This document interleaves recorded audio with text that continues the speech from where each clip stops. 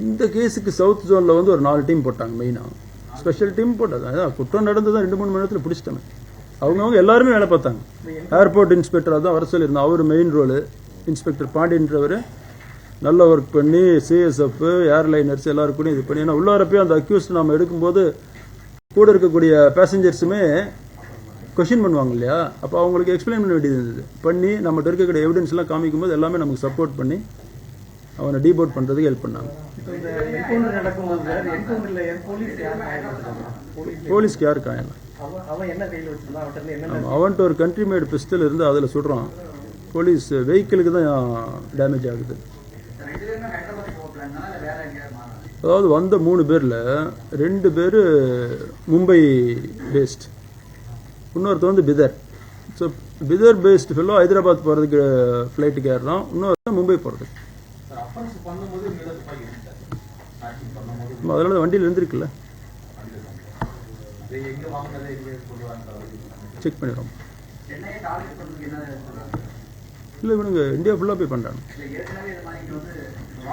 அதான் இப்போ உங்களுக்கு சொன்னேன் இல்லையா, சென்னையில் நடந்த இந்த வருடம் நடந்த செயின் ஸ்நாச்சிங் 7, இதுக்கு முன்னாடி எல்லாமே லோக்கல் அஃபெண்டர்ஸ் கண்டுபிடிச்சிட்டோம். ஸோ போன வருடம் நடந்ததுமே நம்ம கண்டுபிடிச்சிருக்கிறோம். கண்டுபிடிக்காம போன வருடம் நடந்தது மொத்தம் 34, அதில் 33 கண்டுபிடிச்சிட்டோம். ஸோ இவங்க வேற எங்கேயா பண்ணியிருக்கிறாங்களோ இனிமேல் செக். நேற்று அந்த சிசிடிவி ரிலீஸ் ஆச்சு இல்லை சார், அதில் வந்து இந்த இறந்து போன அந்த குலாம்ன்றதா பின்னாடி பில்லியன் ரைட்டரா அவன் தான் ஓட்டுறாரு.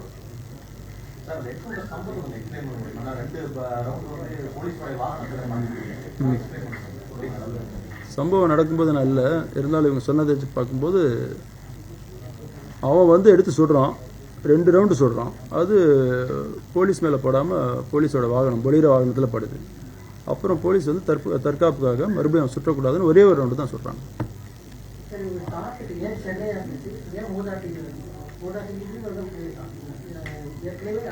அதாவது நீங்கள் நான் சொன்னதை கவனிச்சிருந்தீங்கன்னா தெரியும், மார்னிங் 4 o'clock வரோம், 4:15 ஒரு ஃப்ளைட்டில் வரோம். நாங்கள் இறங்கி வெளியே வந்து 6 o'clock அஃபென்ஸ் இல்லையா, அஃபென்ஸ் பண்ணி முடிச்சுட்டு மறுபடியும் 10 o'clockலாம் ஏர்போர்ட் போயிட்டு ஏதோ ஒரு பர்டிகுலர் அதுக்கு வர்ற மாதிரி வந்து இறங்கி இதை பண்ணிட்டு போயிடுறாங்க. நம்ம சென்னையை விட்டு போயிருந்தால் அவங்கள போய் பிடிக்கிறது கஷ்டம். அந்த ஏரியாலாம் இவங்க சொல்லக்கூடிய அந்த அம்பிவேலி ஏரியான்றது இந்த கேங் இருக்கிற இடங்க ஜென்ரலாக உள்ளார போய் யாரையும் அரெஸ்ட் பண்ணுறதுன்றது கொஞ்சம் கஷ்டம்னு சொல்கிறாங்க. இல்லை ஒரு சின்ன பேக் வச்சுருக்கிறாங்க, அதில் ட்ரெஸ் சேஞ்ச் பண்ணுறாங்க, பட் ஷூ சேஞ்ச் பண்ணல. ஷூ ஒரு முக்கியமான காரணம். நாங்கள் ஐடென்டிஃபை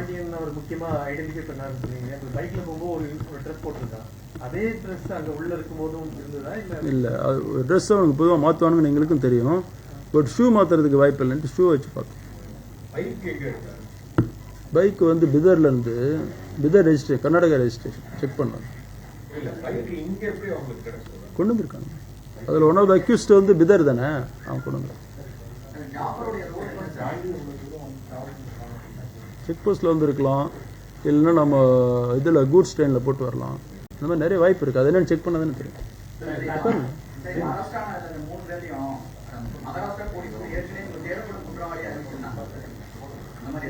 இல்லை இவனுங்க மேலே வழக்குகள் இருக்குது. இந்த மாதிரி ஒரு கேங் ஒரு 20 பேர் கேங் ஐடென்டிஃபை பண்ணி வச்சிருக்கிறாங்க. இதில் வந்து நம்ம இப்போ இந்த குற்ற சம்பவத்தில் ஈடுபட்ட அந்த ஜாஃபர்ன்றவன் 3வது டாப் 3ல இருக்கான். இல்லை நாம் சொல்லியிருக்கிறோம்,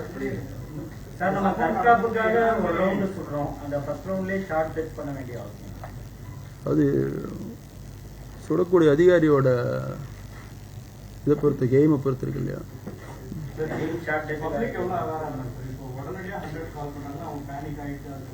இல்லை நமக்கு உடனே வந்துருச்சு. அதனால தானே எனக்கு நம்ம உளவுத்துறையில் ராமமூர்த்தி 6:30 மணிக்கு சொல்கிறாரு, சொல்லி அலர்ட் பண்ணும்போதே அவனோட நம்ம போலீஸ் அலர்ட் ஆகி மொத்தம் ஒரு 50-60 இடத்துல செக்கிங் ஆரம்பிச்சிடுறாங்க. அதனால தான் அவன் நிறுத்துறான், இல்லைன்னா இன்னும் ஒரு கொஞ்ச நேரம் பண்ணியிருப்பான்.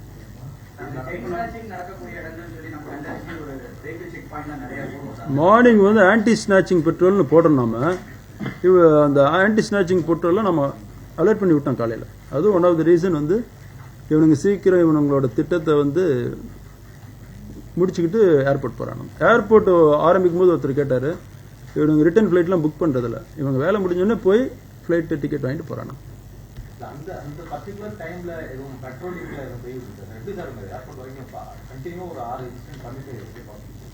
சென்னையில் போகலாம். சென்னையில் மார்னிங் பிஸி டிராஃபிக் தானே.